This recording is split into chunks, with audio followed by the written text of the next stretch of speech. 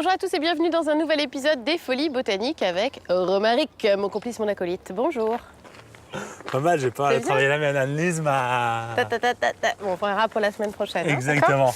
Alors, on est toujours au parc de la Crapaudine, au sud de Nantes. Et là, on découvre encore un nouveau recoin, un vrai jardin, quoi, non? Oui, exactement. Mais d'ailleurs, Potager, je veux dire. par contre, Tomine, ça rime avec Crapaudine. Alors, on va voir comment. Ah, voilà. Déjà. Donc, la Tomine est au Crapaudine. Ouais.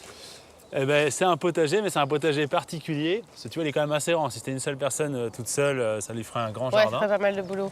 Et puis, on voit pas mal de petites boîtes en bois. Tu vois, derrière. Derrière ce qui ressemble aux artichauts de la semaine dernière. Voilà, exactement. Et ben en fait, c'est qu'ici, on est sur le site de cours, on va dire ça comme ça, de l'association Composterie. Ah. Donc ici, on fait plutôt de la travaux nécrobotanique. pratiques, quoi. Ah oui. Voilà, les travaux pratiques de la nécrobotanique. Nécro, la mort, hein? Un peu d'étymologie. Exactement. Et donc, quand les plantes sont mortes, qu'est-ce qu'on en fait? Une fois qu'on a mangé la partie intéressante, on les met au compost. Au compost. Donc, il y a même des poules aussi pour montrer que les poules peuvent utiliser un peu nos déchets végétaux. Elles sont là, les poules. Exactement, Elles sont voilà. Et c'est ici que voilà, les gens viennent apprendre. Et ça tombe bien parce que Robert Lally, donc, qui a fondé les jardins ici, il est en même temps Le vice-président de compost. C'est bien fait, hein? C'est beau Voilà. quand même, ça tombe vraiment. Puis du coup, là, on montre aussi les usages après du Et voilà, compost, on montre quoi. comment le compost on le met, on montre qu'il faut pailler. Les déchets végétaux, on peut s'en servir aussi pour pailler au sol. On voit la paille ici. Donc c'est une parcelle pédagogique, on pourrait dire, mais pas mal axée sur le compost.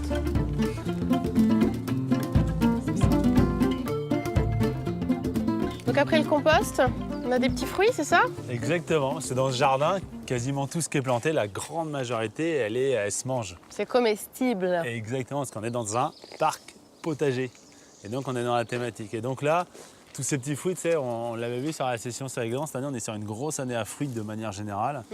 Et donc là, la plante est pleine de fruits. On est dans la famille du pommier, par exemple, comme si c'était des mini-pommes un peu. C'est vrai. Et donc c'est de l'aubépine. Ah oui, Celle qui la fameuse couronne d'aubépine. Exactement. Celle qui au printemps est couverte de fleurs blanches Ouais. et qui donne après ces grappes de fruits qui sont comestibles mais pas avec un goût, Pas pas avec un goût à sensationnel. tomber par terre. Et ce qu'on peut voir sur cette plante, entre autres, typique des haies de chez nous, ça c'est une plante locale, c'est, je cherchais là, voilà. Là par exemple, c'est la croissance de l'année dernière. C'est-à-dire que la plante, elle s'était arrêtée là l'année dernière. Ouais, Et puis cette année, elle a fait, tu vois, 50 cm de plus. d'accord. À partir du haut. Attention, on est vendredi, mais on va faire de la... Voilà. Ouais, et donc on dit, quand elle pousse par le haut, on dit que c'est une croissance acrotone, c'est-à-dire par le haut. Et Acrotone. Ouais, c'est l'acrotonie. Ouais. L'acrotonie de Tomine à la Crapaudine. Et tu vois, la croissance, elle est acrotone, et donc ça fait ça, et après ça va faire ça, Ouais. et après ça va faire ça. Et donc ça, on appelle ça, quand la croissance est acrotone, on appelle ça un arbre. Ouais. D'accord? Oui. Ça donne un arbre, voilà. Eh bien, Où veut-il en venir? regardons une plante Voilà. qui n'a rien à voir. Cette plante-là, Oui. tu vois aucune cicatrice de l'année d'avant, parce que l'année dernière, enfin, de ce qu'elle a fait dans l'année, c'est parti du sol, c'est monté là. Et l'année prochaine, quand elle va grandir, cette plante-là, elle ne va pas refaire encore 1 mètre de haut. Ouais. Puisque comme on le voit là, la plante développée, c'est la même plante initialement, mais tu vois, Elle fait tout le temps la même taille. elle fait tout le temps exactement la même taille, mais par contre, regarde que sur la distance à laquelle elle s'est développée, tu vois, elle va se développer elle peut faire 50 mètres, 100 mètres de long, mais au sol, Donc elle se développe en... depuis la base. Depuis la Alors, base. on dit que c'est de la basitonie.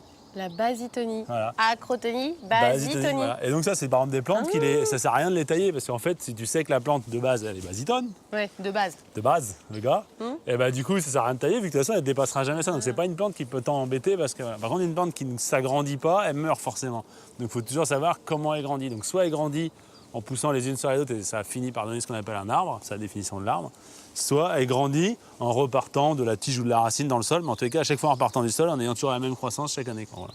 Incroyable. Et ça, c'est un framboisier qui est vraiment l'exemple C'est ce que typique. j'allais dire, parce qu'on a dit basotone, tout ça, mais ce sont des petites C'est framboises. les petites framboises. Et alors, quelle est la différence entre une framboise et une mûre? Tu sais, les botanistes aiment bien poser des questions que personne n'a envie de se poser. Pénible, un peu pénible. Et voilà, un peu pénible. Et c'est que si j'enlève la framboise, Gna. le milieu reste. Ah oui. Alors que sur une mûre, le milieu, il est avec. Ah oui. Voilà. Et donc, ça fait quelque chose c'est la aussi différence entre la mûre et la framboise. Et ça, c'est un nom savant aussi, ça? J'imagine.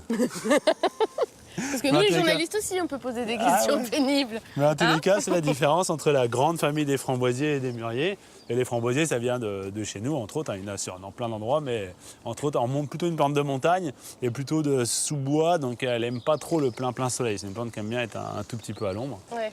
Et pour conclure, parce que j'ai Ouais. l'impression que c'est le moment, Il il y a faut ce petit conclure. arbuste au bout de l'aubépine. Au bout, au bout, au bout. Regarde, qui est aussi couvert de fruits. On voit vraiment, c'est une super année à fruits. Et là-bas, on a une sorte d'épine blanche avec l'aubépine. Et là, il y a Et ce qu'on là appelle l'épine noire, qui Ah, sert oui. à manger des petites prunelles une fois que le gel est passé, sinon c'est quand même très astringent, et qui sert à faire quelques alcools qu'on appelle d'épine noire. D'accord. Donc ça se mange. On dirait du raisin. Ça se mange et dessus il y a une prune, c'est une prune, et d'où le nom la prune, c'est ce qu'on enlève là, et qui l'a fait transformer toute noire. Tu vois, là, j'ai fait un tour de magie. Bon, bah allez, on va manger, nous. Ouais. Et on se retrouve la semaine prochaine pour une 3e session au parc de la Exactement. Crapaudine. À bientôt. Bon appétit!